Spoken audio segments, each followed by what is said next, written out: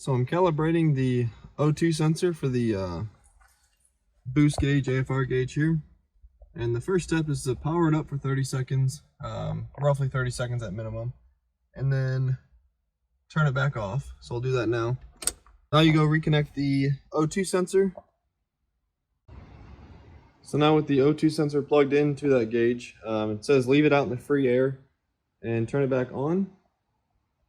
Now that you have the O2 sensor plugged into the gauge, you power up the gauge, and it should say,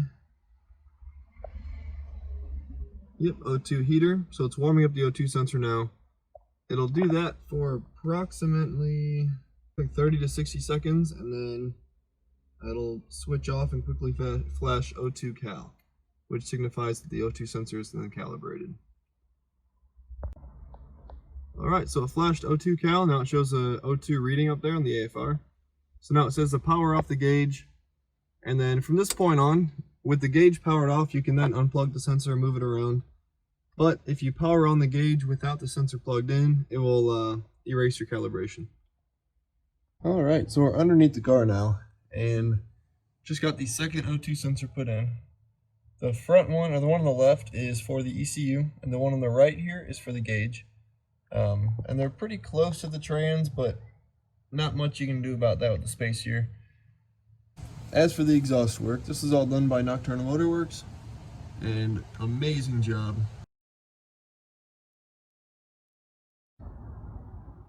Alright, little progress update as we go. So just got the oil change in the Miata. Oil looks good. It's the second oil change, so at 100 miles this is. And I'm about to get the filter off, and I'll show you guys how I do that. Because it's on a like custom mount area. It's not in the normal spot there. So I'll show you guys that in a minute. And now the O2 sensor is on, wired up. Alright, for anybody wondering, so I just put a grip mat underneath where the filter is going to drain, and then just crack her loose and let her drain in the grip mat.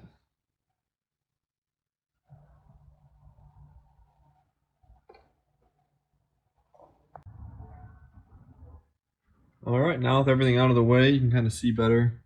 So I did spill a few drops, nothing big or anything, but just put a towel on there, clean it up. And then the new filter, I am running the just cheap STP filters for the break-in period. Next cycle at the 1,000 or 500 mark, I'm gonna probably run the actual like better filter, K&N or something. And then yeah, I pre-filled it just enough to where it wouldn't spill, and then just screw it on. As simple as that. No getting under the car or anything. Actually, just spilled a little bit there, slung a little bit out.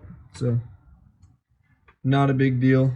Towel down there, got some of it. So tighten that up, put oil in it, check the level, and then I'll be cranking here a little bit. So there you go.